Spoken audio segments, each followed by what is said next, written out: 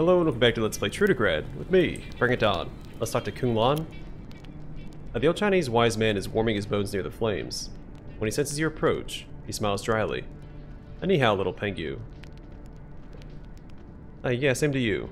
Want to chat about the brothel? You think I have anything to add about this place, little Pengu? Come on, buddy. Who's your favorite sex worker in this joint? Ka. Ah, you swarmy little Pengu. Hookers in my old age? With my declining health? Well, if you really want to know. After glancing about like a sly old fox, he points with a bony finger either at a leather-clad dominatrix, or the brutish, beefy bear of a man beside her. His hand is shaking too much to be certain. You decide he'd rather not ask which one he means. But other than that, I don't know anything about this place. Are you sure? Maybe I should ask you some more. It's a warm, cozy place. There's no reason to talk about it so much, little Pengu. Alright, and then I couldn't find anybody else to... Oh wow, a lot of experience.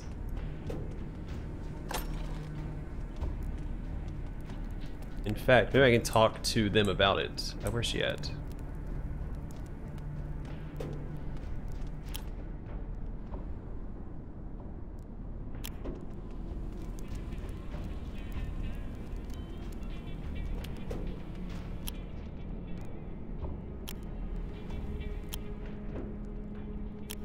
Alright, nothing new there. But yeah, no one wanted to sell any logs to me, so we can just leave this area. We don't have any other quests here, I don't think. We have a ton here.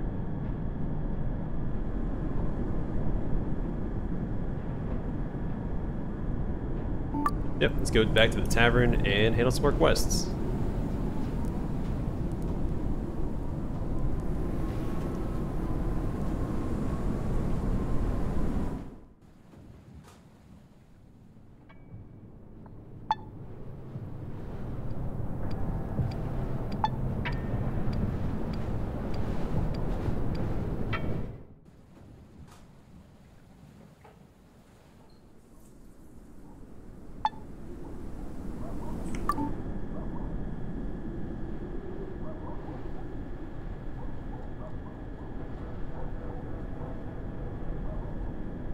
Alright, so we report to, was it Potop? We learned so far. Oh yeah, we have a few people we can talk to. They might be asleep since it's nighttime, so we can also pickpocket them.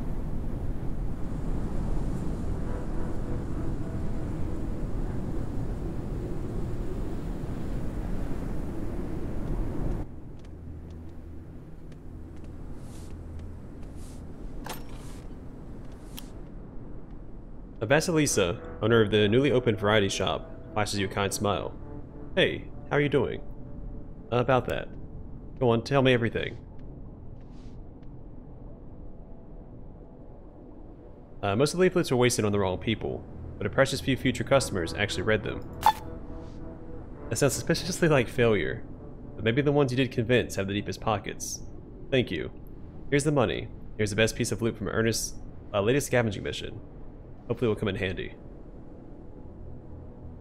It'll do. Good luck with the shop. Anyway, I still need some things done around here. Come back later, in a day or so. As you wish. Percussion revolver.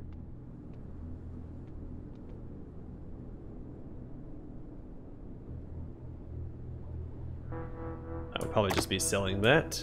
Sounds like junk to me. I wonder if that reward would have been better had I handled the leaflets correctly. Potap Rabalski continues drinking sweet tea from a dirty mug, biting into a piece of candy after each sip.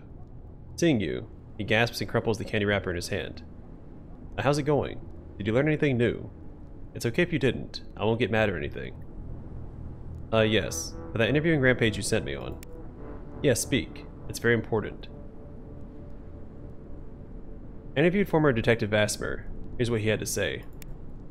Rabalski munches on a candy as he listens to your tale of the eccentric sensei.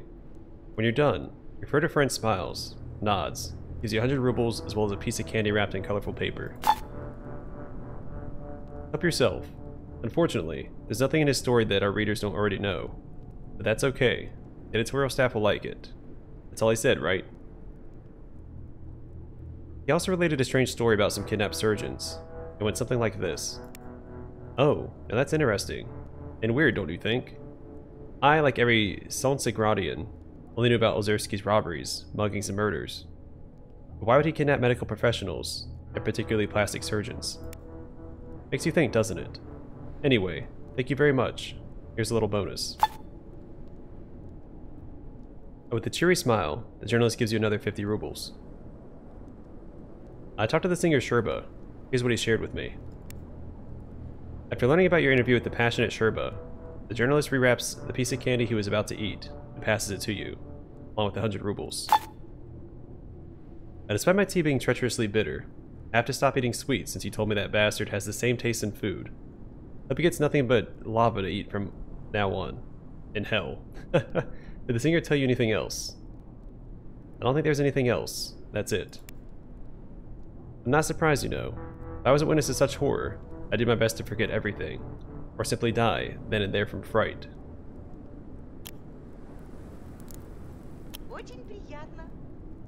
Comrade Blaze smiles and tips her red star cap. Well, if it isn't our new up-sub. Are you looking for some Prola feed? Or are you here to report some completed day orders? I dealt with the missing northerners. I know that all us proles are invisible to the authorities, but those northern fellows actually vanished. What did you find out? The hotel owner enslaved those poor souls, made money off their labor. I stopped him. Comrade Blaze listens to your story with an open mouth and wide eyes. After hearing your tale of struggle and freedom, she caresses your shoulder. How disturbing. Enslaving laborers who came here searching for the Soviet dream. In the modern day. In this century. Disgusting. Thank you for stopping this evil. I have some information concerning the Samuel brothers. I'm listening, comrade. The revolution listens as well, from the depths of the flaming heart beating in my chest. I talk some sense into the brothers. They'll behave themselves around the old lady from now on. Looking like a true up-sub and adjut worker. Now, the evils of the proletariat are rarely genetic, as is the case with police and politicians. I believe the Samuel brothers are kind-hearted people deep down, or simply pushed by circumstance to do evil things. But maybe thanks to your adjut work, they'll become our brethren. Very true. That means all my missions are complete. Now what's next? Blaze smiles warmly and winks. You did good, comrade. Your deeds will be rewarded. Not in heaven, like in some weird cult. Right here on this earth, after I report your successes to the general staff. Come back in a day or so. Then we'll have something to discuss. But for now, go on. To the future. To the future. See ya.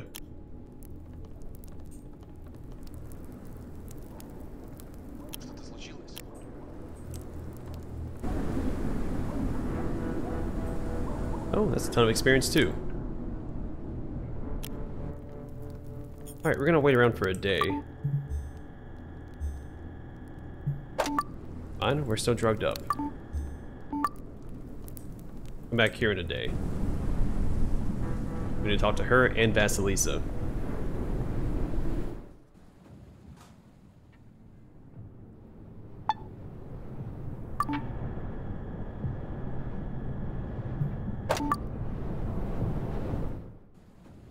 We're not done here yet anyway. We need to speak to the other guy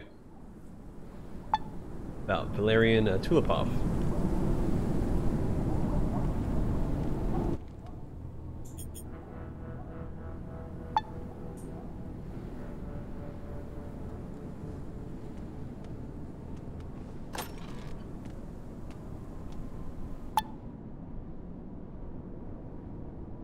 The first thing you see when you open the door is two bound and badly beaten men on their knees, shivering. The horror and desperation in their faces is so vivid, it takes you a couple of seconds to notice the gang of heavily armed men standing beside them. Oh, what a terrible timing. One of the hostages speaks. Run, dude. Get out of here and call for help.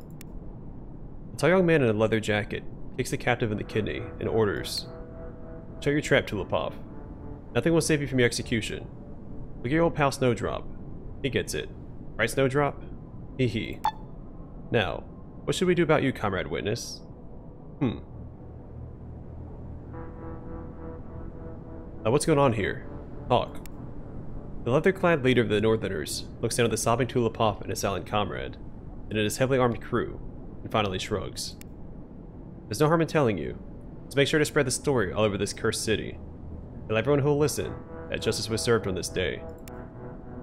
The northerner leader grabs Tulipoff by the hair, and turns the captives to face him. One of his subordinates does the same with Snowdrop. These bastards probably don't remember what they did in Culpa. It was a long time ago, after all. Right, you jerks? Men carrying that kind of guilt don't spend all their time drinking and chatting up whores in dive bars.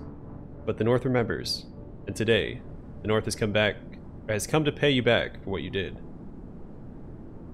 What did they do in that Culpa place you mentioned? The Northerner twists Tulipoff's ear, and he yelps like a kicked dog. Go on, Tulipoff. Share the tale with our guest.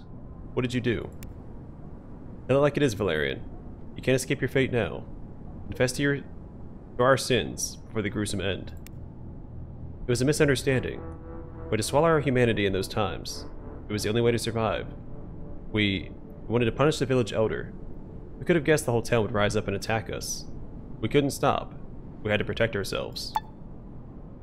Listen to him go, Captain Word Salad over here. Never mind. I'll explain it myself.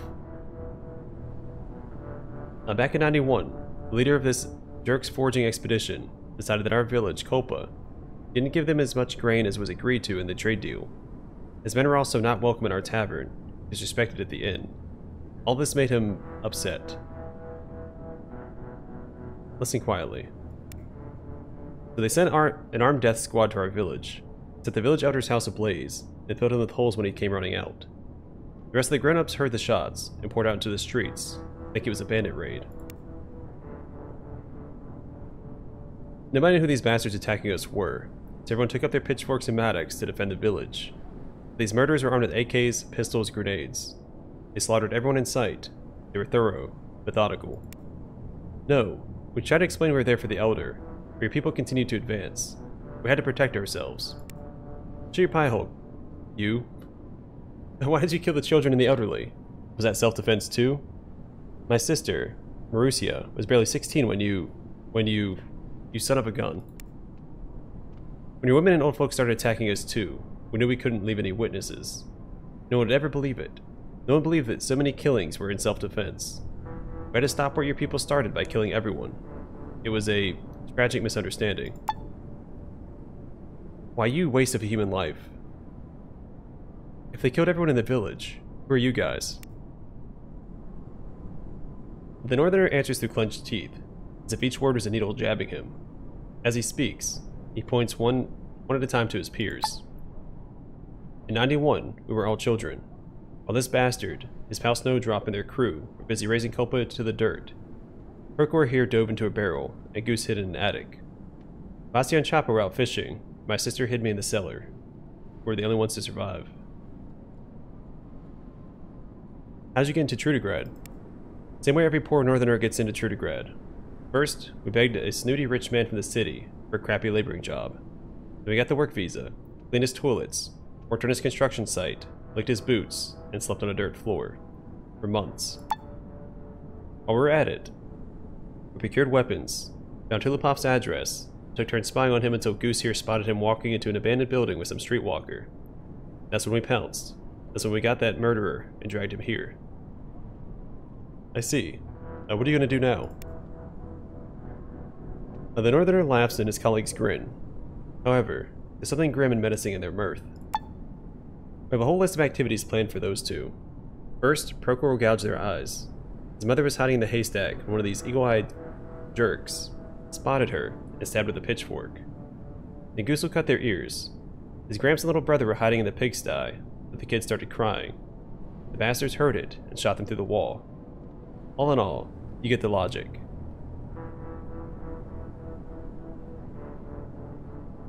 Yep, what happens next? Basti will cut off the hands, because his dad was choked to death. Chopper will chop off the legs that kicked his pregnant mother. Then I'm going to open them up. Then I'm going to open them both up, collar to pelvis, and gut them. I want to see how black their hearts are. Well, that's the plan anyway. I've heard enough, guys. So what's your verdict?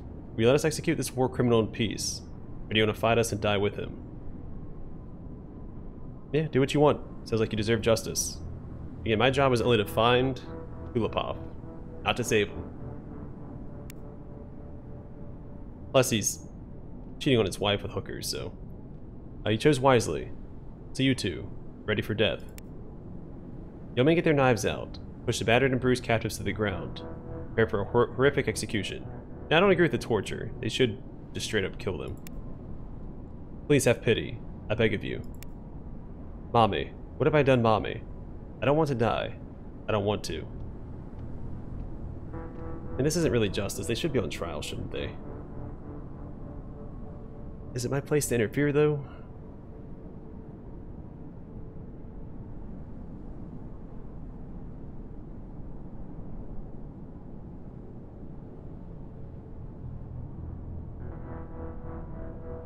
Yeah, let's turn away from the gory execution.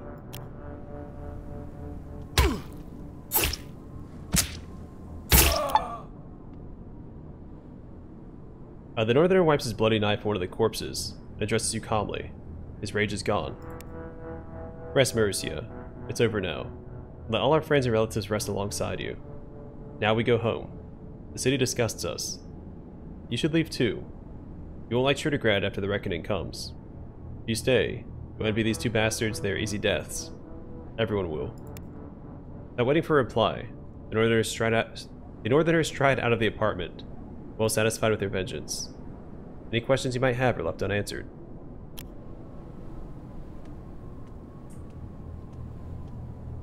I don't have any loot. That's lame.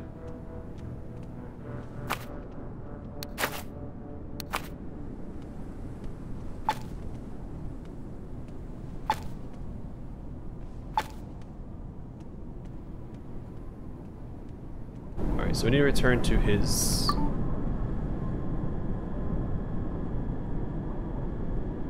Oh, missed that part because I didn't go speak to him beforehand. Let's see.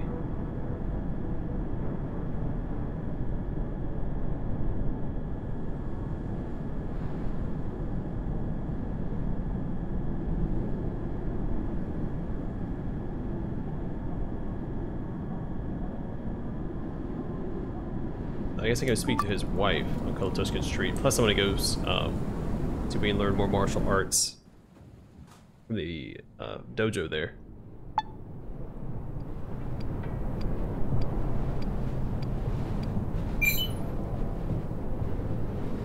The man of Asian descent approaches you. He stops a few steps away. Before you can react, says, "Ni hao. Guangzhou know of your feats in the revolutionary movement. But soon, even with a protector such as yourself, Trudograd will have a bad time. Don't go home in the tea house by the docks. He has a proposition for you. Ask him who he is. A simple messenger who knows no more than what he was told. Visit the tea house, Lao Wai, and learn the truth." With these words, the strange man darts off from a nearby alley, leaving you with your thoughts.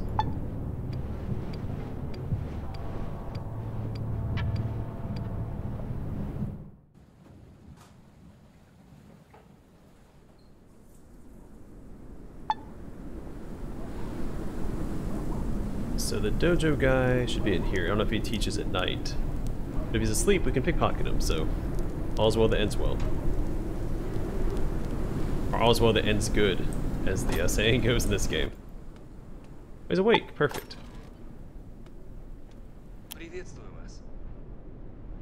Can you teach me a few skills? The second session will cost you 200 rubles. Alright, let's do it. Your next 3 hours are spent on battle stances and exhausting training routines. You also learn about pain points and some wrestling techniques. When the session comes to an end, you're so tired you can barely stand, but you feel great. Good times. Now we rest. Back tomorrow and we'll continue training. Val, as you say, Sensei. I kind of wish I could put X-Gen to the training routine.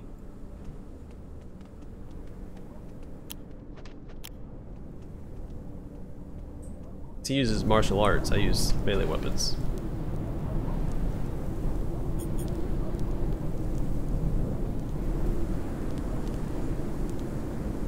I didn't realize I could do that.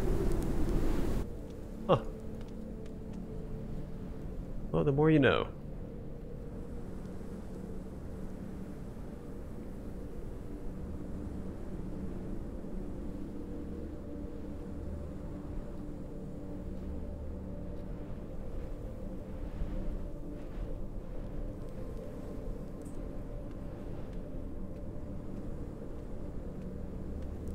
Who's in this apartment? I know this one was empty. Oh, this is where the people were making bombs, I think.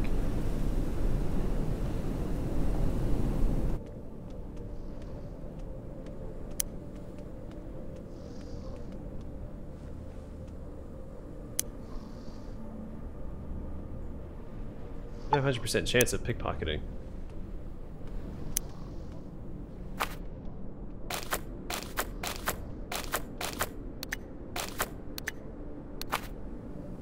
Weird that I can't pickpocket her.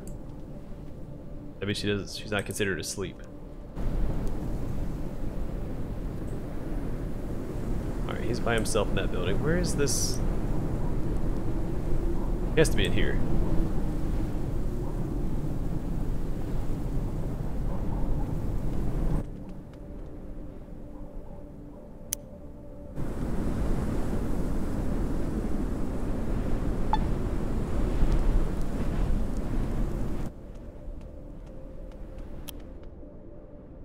Ruda Tulipoff shivers when you start talking.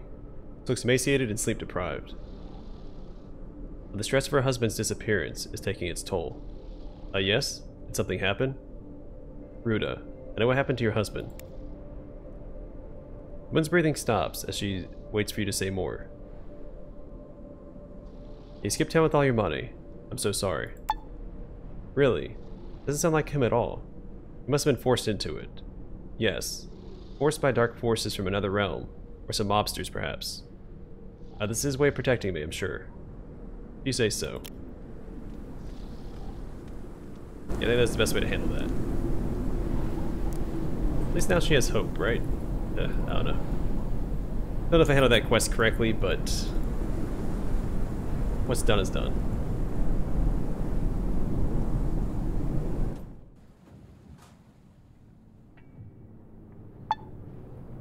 Alright, so we could go back and talk to Uncle Ho, or we could go to the police station.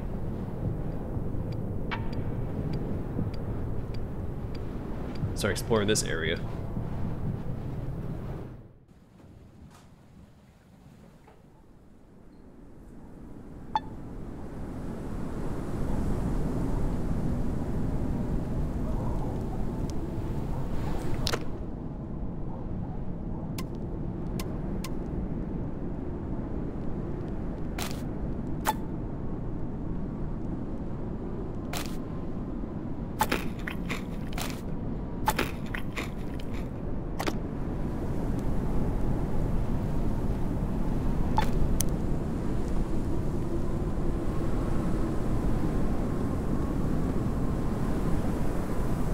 Blacksmith Forge? I assume there's a merchant there during the day.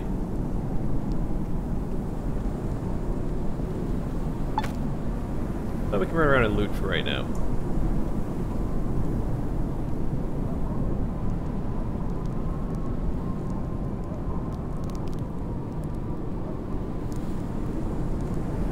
So we should be able to access second tier.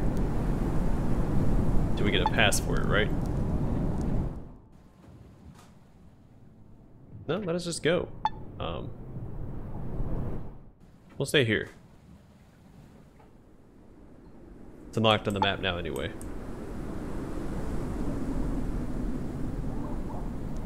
Gonna unlock the machine factory as well. While I'm thinking about it.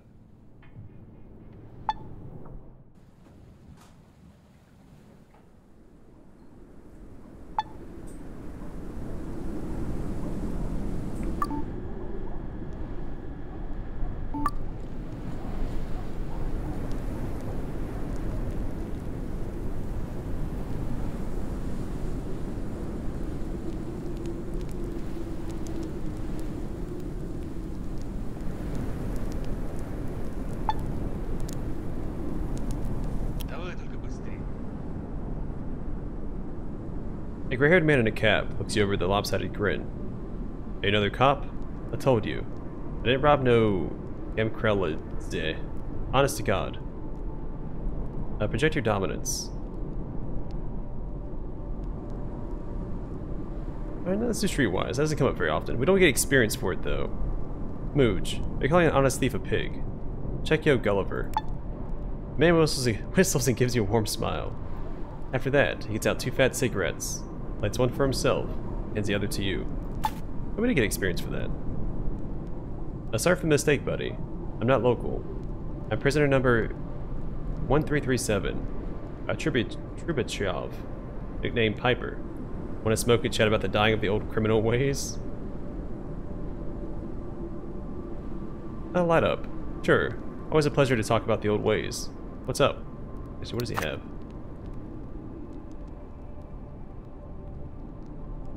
Wouldn't mind that medicine.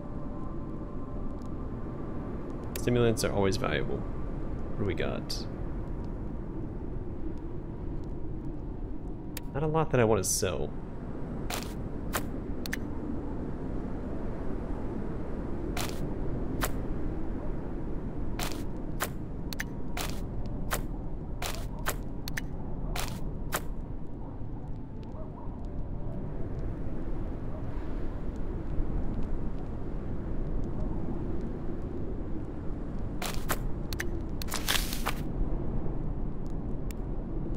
Your interlocutor glances apprehensively at the police building and continues in a softer voice.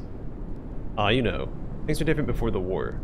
Criminal culture prospered in prisons and camps. For first-timers, it was like finishing school. They were taught skills, wisdom, respect. Tradition. They don't get that anymore. Those kids do whatever they please. They go against the silently agreed upon protocol without even knowing. Back in the day, these were the respected caste. The most respected caste. The guards, the muscle, were second to none. No crook or criminal would even talk to a traitor, pedophile, or rapist. There was a hierarchy, where respect ruled and intelligent thieves decided everyone's fate. Now it's a free-for-all. Why though? How did the modern criminal lose his way?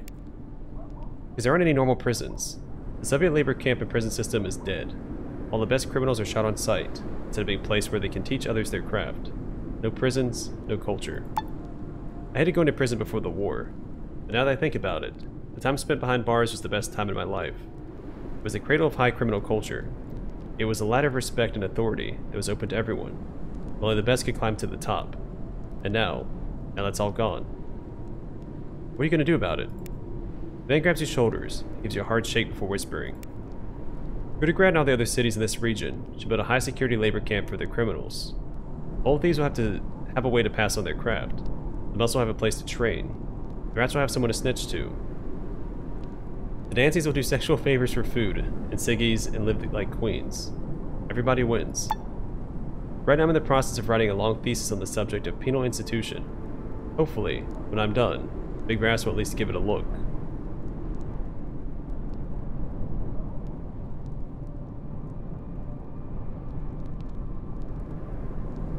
Not really either one of these. I see. Let's talk about something else. The subject can be changed. Only thief laws forever. I want to ask you a few questions. As long as it's not an interrogation, ask away. Now tell me something about yourself. I'm an old school thief. 4 cents in the joint when I was a kid, right after my balls dropped. I did it all. Robbing, mugging, assault. I even robbed a train once. The war caught me in Solzigrad, where I stayed until I moved to Trudograd to spend my waning days in the big city. What do you do? I do what I gotta do. I only have 2 rules for a job. I get to use a knife, and I have to get at least a bottle of vodka and pay when I'm done. And what can you tell me about Trudograd? Nice city. Hee hee. The locals are trusting as a newborn puppy, and the streets are plenty dark at night. Heh. Heard any good rumors lately? I don't deal in rumors, and neither should you. I see. Now let's change the subject. Listen, Trubachov. What can you tell me about Kai Ozersky? Why are you asking?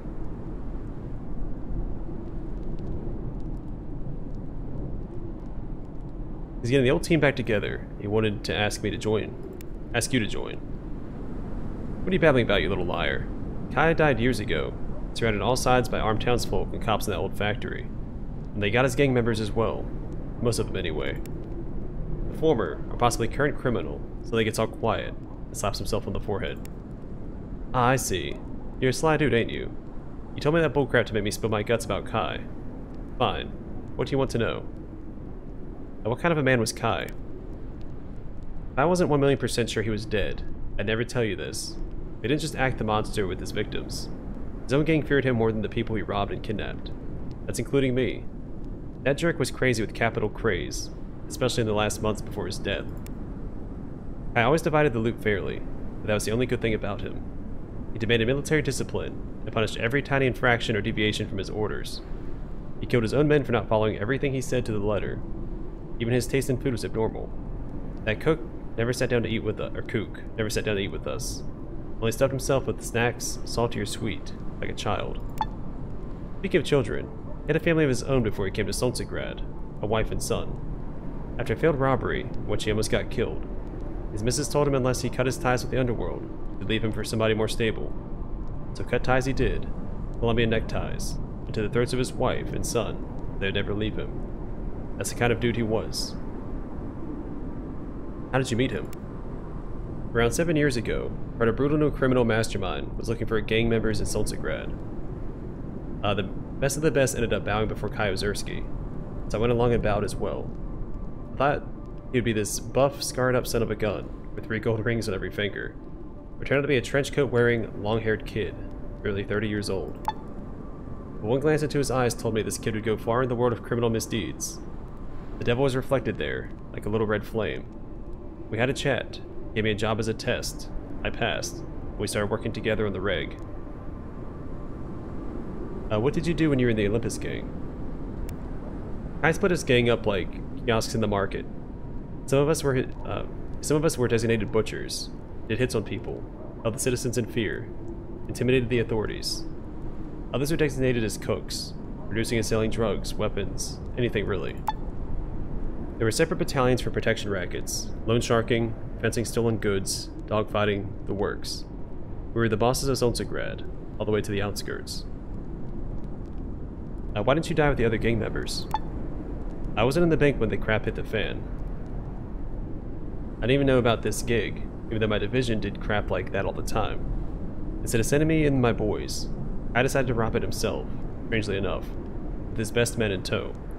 And to a man, they were all killed. Nobody ever expected a twist like that. Tell me more about his death. How did it happen? I don't really know. Folks say Kai and his crew ditched the cops and hit an abandoned factory. The place was a ruin, well equipped for a long siege, or so they thought.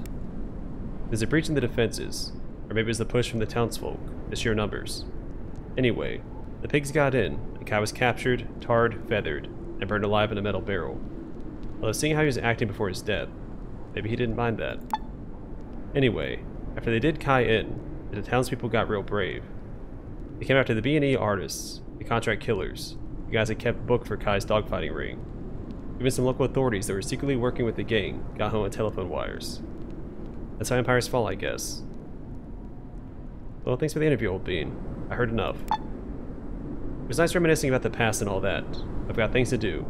So beat it, kid. Yeah, okay. It's probably moving too.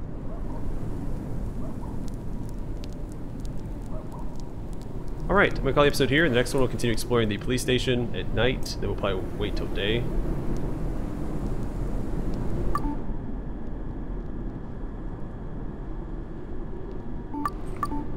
As we are now done with our withdrawal. We are now cured of our addiction. Awesome. And we'll go from there. For now, thanks for watching. I'll see you guys in the next one.